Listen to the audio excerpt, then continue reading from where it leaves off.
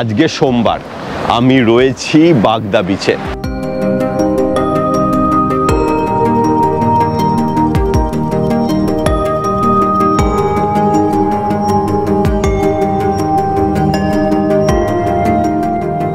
হাতে মোটে দুদিন ছুটি পেয়েছেন, চাই অফুরন্ত হুল্লোড়। অথচ দীঘা বা পুরীর ভিড় পছন্দ নয়। তাহলে দীঘা পুরীর খরচেই আপনি চলে আসতে পারেন কলকাতা থেকে মোটে 4 ঘন্টার দূরত্বে উড়িষ্যার বাগদা বিচে। আর সোম থেকে বৃহস্পতিবারের মধ্যে এলে হয়তো দেখতেই পাবেন পুরো বিচ জুড়ে আপনি আর আপনার মনের মানুষ ছাড়া কেউই নেই। প্রকৃতিকে উপভোগ করা ছাড়াও ইয়া বড় পমফ্রেট, বাগদা চিংড়ি, ইলিশের রাজকীয় ভোজ, সমুদ্র স্নান আর এখান থেকে সাইট সিন হিসেবে দর্শনীয় স্থানগুলো ঘুরতে যাওয়া।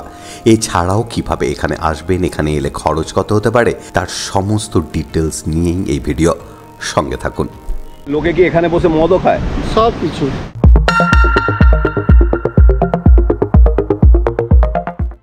খেঁদোবাবুর এঁদো পুকুরে চিংড়ি উঠেছে ভেসে, পদ্মামণিও চচ্চড়িতে লঙ্কা দিল ঠেসে। তাই তো বলি গরম ভাতে বাগদা মালাই পাতে, যেমন ওড়িশার বাগদা বিচ হুল্লোড়েতে মাতে। বছরের যে কোনো সময় আসা যায়, ফাঁকা পাওয়া যায়, খাওয়া দাওয়া একদম ঠিকঠাক, অথচ বাড়ি থেকে খুব একটা দূরে নয়। আর প্রকৃতিকে এমনভাবে কাছ থেকে দেখার সুযোগ কজনেরই বা আসে। তাই হঠাৎ করেই বেরিয়ে পড়েছিলাম।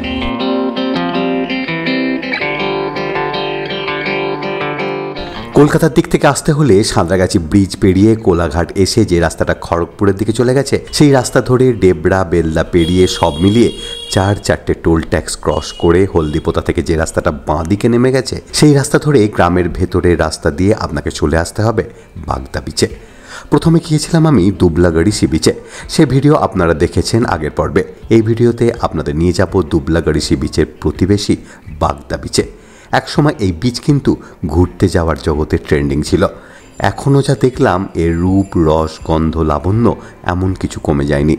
বাগদা বিচে আমি ছিলাম মাই ইকো ক্যাম্পে।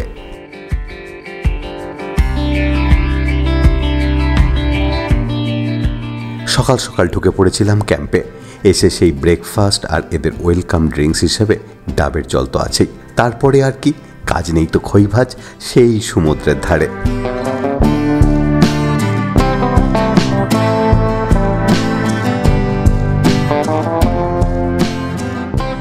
আজকে সোমবার, আমি রয়েছি বাগদা বিচে। নীল আকাশ, মেঘ ঘুরে বেড়াচ্ছে, পুজো এলো এলো তার একটা গন্ধও ছাড়ছে। সমুদ্র কিন্তু উত্তাল, কারণ আজকে হলো আমাবস্যার কোটাল। আর একটা জিনিস আমি বলছি, যেহেতু সোমবার, জনগণ কিন্তু এখানে নেই। দিগন্ত বিস্তৃত ফাঁকা বিচ। আমার এর আগে আমি যখন দুবলাগাড়ি বিচে গিয়েছিলাম, তখন কিন্তু প্রচুর লোকের উৎপাত ছিল সেখানে। তবে সেই তুলনায় বাগদা বিচে সোমবার কিন্তু বেশ ফাঁকা।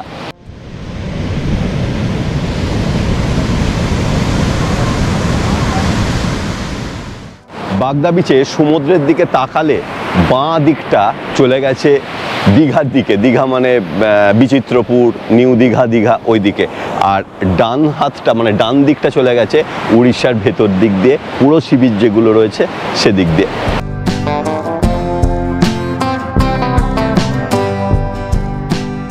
একজন ভদ্রলোক দেখি সমুদ্র পাড়ের সমস্ত ফেলে দেওয়া বোতল হাতে তুলে নিচ্ছেন। এগুলো বোতলগুলো কোথা থেকে কুড়িয়ে পেলেন? এই আশেপাশে সব বোতল পড়েছে। শনিবার রোববার হলে লোক সব ভিড় ভাড় হয়, জল টল সব তো খায়, বাচ্চা টাচ্চা নিয়ে আসে। ইনি হলেন স্বঘোষিত পরিবেশপ্রেমী। সমুদ্রের পাশে ছোট্ট একটা দোকান চালান। এটাও মনে করেন সমুদ্র এবং এর চারপাশ পরিষ্কার না থাকলে পর্যটকদের আশাও কমে যাবে। আর এটা তো সরকারি বীজ নয়, গভর্নমেন্টের কোনো ইয়ে নেই, প্রাইভেট। তার জন্য নিজে কিছুটা সাফাসুতরা পরিষ্কার পরিচ্ছন্ন। আপনি নিজেই করেন এগুলো সব দিন? তাই এর লোকে কি এখানে বসে মদও খায়? সব কিছু। তার প্রশাসন থেকে কোনো কিছু ব্যবস্থা নেয় না? না। এরকম কত বোতল আপনি পান এই শনিবার রবিবার করে? শনিবারে রোববারে মিনিমাম 1 বস্তা করে বোতল পাই আমি। কাঁচের বোতল, প্লাস্টিকের বোতল। আর একটা ছোটোখাটো এখানে দোকান লাগিয়ে রেখেছি পরিষ্কার করার জন্য। নিজে উদ্যোগে সব কিছু পরিষ্কার করি।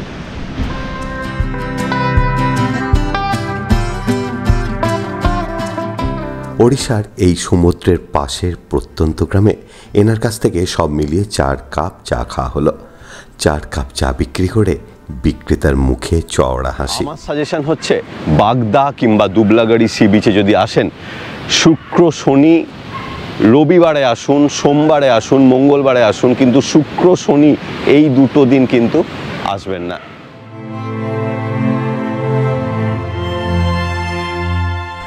কোনো জায়গার ফিল পেতে গেলে এক রাত্রি সেখানে থাকতে হবে, আর থাকার জায়গা হিসাবে বাগদা বিচের মাই ইকো ক্যাম্প বেশ নাম কুড়িয়েছে।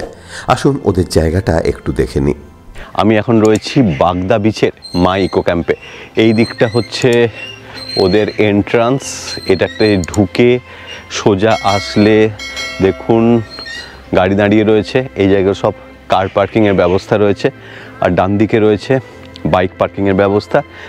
কারেন্ট এখানে কিন্তু যায়, সেজন্য জেনারেটরেরও ব্যবস্থা রয়েছে। আমার ডান দিকে দুটো প্রিমিয়াম কটেজ আছে, এই দিকে দুটো প্রিমিয়াম কটেজ। সবে তৈরি হওয়া প্রিমিয়াম কটেজের দরজা খুলতেই একটা মিষ্টি রুম ফ্রেশনারের গন্ধ ভেসে এলো। আপনাদের চুপি চুপি বলে রাখি, আমি যখন এখানে এসেছিলাম আমাকে বলা হয়েছিল এই প্রিমিয়াম কটেজে থাকার কথা। তার একটা স্পেশাল কারণও ছিল, কিন্তু রুম রেট একটু বেশি হওয়ার কারণে আমি এখানে থাকিনি। আর স্পেশাল কারণটা দেখবেন এইটা, এই বাথ টপটার জন্য নাকি এই রুমটার বিশাল ডিমান্ড। যাই হোক, দেখে নিই পরের রুমগুলো। আর ওদিকে রয়েছে দুটো প্রিমিয়াম কটেজ। তারপর প্রিমিয়াম কটেজের পাশ দিয়ে যে জায়গাগুলো রয়েছে সেগুলো সব নর্মাল কটেজ। আইএসএল যে শুরু হয়ে গেল, সবুজ মেরুনের তো দেখাই পাচ্ছি না, পুরোটাই লাল হলুদ।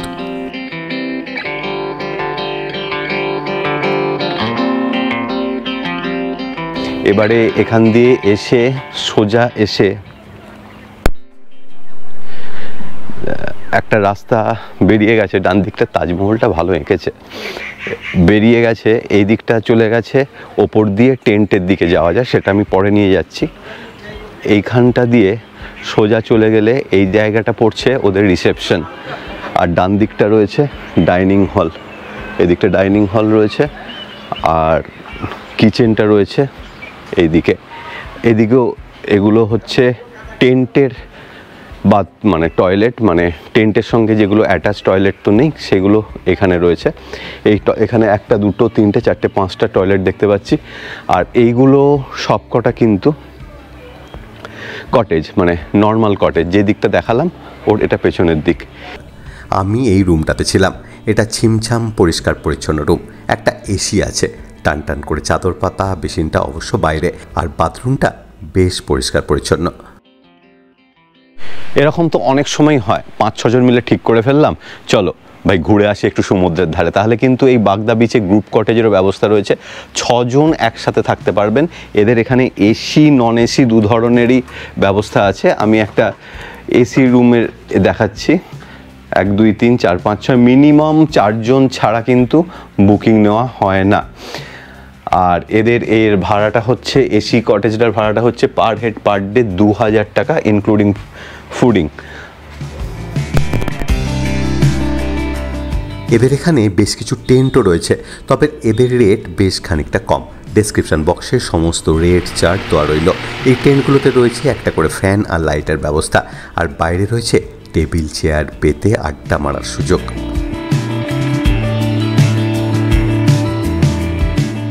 এর আগে যে রাস্তাটা দেখালাম ওপর দিকে উঠে গেছে, সেই রাস্তাটা দিয়ে ওপরে উঠে এলাম। এখানেও রয়েছে থাকার ব্যবস্থা। জায়গাটা কিন্তু বেশ অভিনব বটে। চলে এসেছি একদম বালিয়াড়ির ওপরে। এই বালিয়াড়ির এই জায়গাটাতে এদের এমন একটা সিস্টেম করা রয়েছে যেন গ্যালারি টাইপের, মানে আমি এখন গ্যালারির মাথায়, আর নিচটা রয়েছে যেখানটা দিয়ে দেখালাম, হেঁটে গেলাম সেই জায়গাটা। এখানে অনেকগুলো টেন্ট আছে। এখানে কতগুলো টেন্ট আছে ভাই? এখানে 20টা টেন্ট আছে। একটা টেন্টে কতজন থাকতে পারবে? 3 জন। আচ্ছা, এগুলো সব 2 জন আছে, 3 জনেরগুলো ওদিকে রয়েছে। টেন্ট আপনাদের দেখাচ্ছি ভেতরটা। এখানে খাওয়া দাওয়া ইত্যাদি ইত্যাদি, সান্ধ্য আসর সমস্ত কিছু এখানটা হয়। আর বারবিকিউয়ের জায়গাটা আপনাদের দেখাচ্ছি।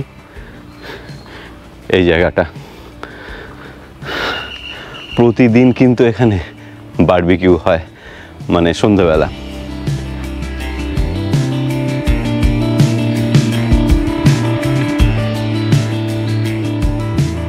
সমুদ্রের আওয়াজ শুনতে পাচ্ছেন? চারদিক শান্ত থাকলে কিন্তু সমুদ্রের আওয়াজ এখান থেকে খুব ভালোভাবে পাওয়া যায়। এখান থেকে মিনিট 3-4 হাঁটলে ঝাউবনের ভেতর দিয়ে, রাস্তাটা খুব সুন্দর, মানে সামনেই সমুদ্র। আর কুকুর কিন্তু এখানে প্রচুর রয়েছে। আসলে প্রচুর টেন্টের লোকজন আসে, তাদের খাওয়া দাওয়ার উচ্ছিষ্ট এই জায়গাটা দিয়ে কিন্তু নেমে যাওয়া যায়। এটা হচ্ছে শর্টকাট রুট, এটা দিয়ে নেমে যাওয়া যায়।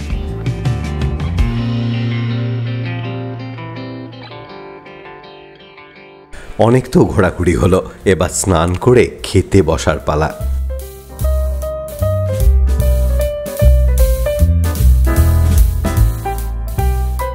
মেনুটা একবার দেখে নিন।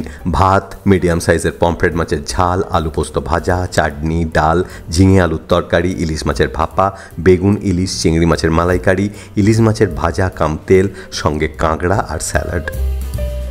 আমার থেকে বেশি আনন্দ আমার মেয়ের, সব কটা ফেভারিট ফুড একসাথে পাচ্ছে। তবে ইলিশের সাইজটা একটু ছোট বলে দুঃখও পেয়েছে। এবার আপনাদের উদ্দেশ্যে একটা প্রশ্ন আছে। আমাকে কি কি খাবার সাজিয়ে দেওয়া হয়েছে সেসব তো আপনারা দেখেছেনই, কিন্তু এই খাবার সিকোয়েন্সটা কেমন হবে, অর্থাৎ কোন খাবারের পর কোন খাবারটা খাবো, সেই সম্পর্কে যদি কেউ জেনে থাকেন অবশ্যই কমেন্ট বক্সে কমেন্ট করে জানাবেন। পাঁপড় কিন্তু হাওয়াতে রেখে দিলে নরম হয়ে যায়, সেজন্য এটা একদম শেষ আইটেম।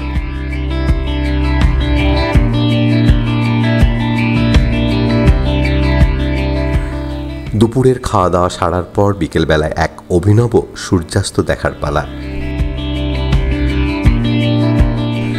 ভারতের বিভিন্ন জায়গায় সূর্যাস্ত দেখেছি, কিন্তু বাগদা বিচের এই মোহনায় সূর্যাস্ত অনেক দিন মনে থাকবে। পুরো আকাশটা সোনালি আভায় ছেয়ে রয়েছে, মাঝে মাঝে স্লেট কালারের মেঘের ছিটে, আর সূর্যিমামা তার মধ্যে দিয়েই পাটে যাচ্ছেন।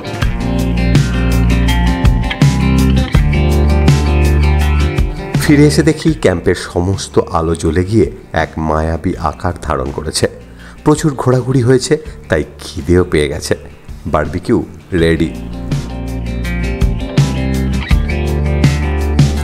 আগেই বলেছি মাছ আমার খুব প্রিয়, সেজন্য মেয়ের জন্য চিকেন আর আমার জন্য পমফ্রেট মাছ আর চিংড়ি মাছের বারবিকিউ। এছাড়াও মায়ের জন্য পনির বারবিকিউ ছিল, তবে আমি সব মিলিয়ে মিশিয়ে খেয়েছি। বারবিকিউয়ের টেস্ট নিয়ে কোনো কথা হবে না, সন্ধেবেলাটা এই টেস্ট জাস্ট জমিয়ে দেওয়ার জন্য যথেষ্ট। চাইলে পরের দিন সকালবেলা উঠে একটা গাড়ি বুক করে বেরিয়ে পড়তে পারেন। গাড়ির ব্যবস্থা ক্যাম্প থেকেই করে দেবে। এখান থেকে দেখে নিতে পারেন বালেশ্বরের বিখ্যাত ক্ষীরচোরা গোপীনাথ মন্দির, ইমামি জগন্নাথ মন্দির, নীলগিরি পাহাড়, পাহাড় সংলগ্ন রাজবাড়ি আর জগন্নাথ মন্দির। এছাড়াও পঞ্চলিঙ্গেশ্বর মন্দিরের কথা বাদ দিলে পুরো ট্যুরটাই অসম্পূর্ণ থেকে যায়। সেজন্য আমিও গিয়েছিলাম এই জায়গাগুলোয়, তবে সেই ভিডিও নিয়ে আসছি সামনের পর্বে।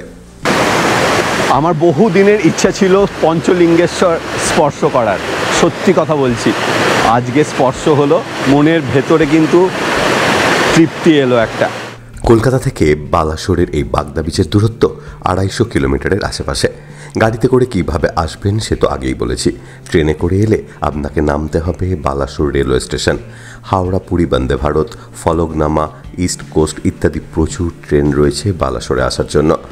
স্টেশনে নেমে একটা ম্যাজিক ভ্যান বা গাড়ি বুক করে চলে আসতেই পারেন এই বাগদা বিচে।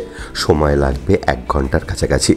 আর এই নেচার ক্যাম্পকে আগে থেকে বলে রাখলে এরাই নির্দিষ্ট টাকার বিনিময়ে গাড়ির অ্যারেঞ্জমেন্ট করে দেবে। আজ তাহলে এইটুকুই থাক। পরের পর্বটা অনেক বেশি জমজমাট হতে চলেছে, কথা দিলাম। সবাই সুস্থ থাকবেন, ভালো থাকবেন, আবার দেখা হবে সামনের পর্বে। ধন্যবাদ।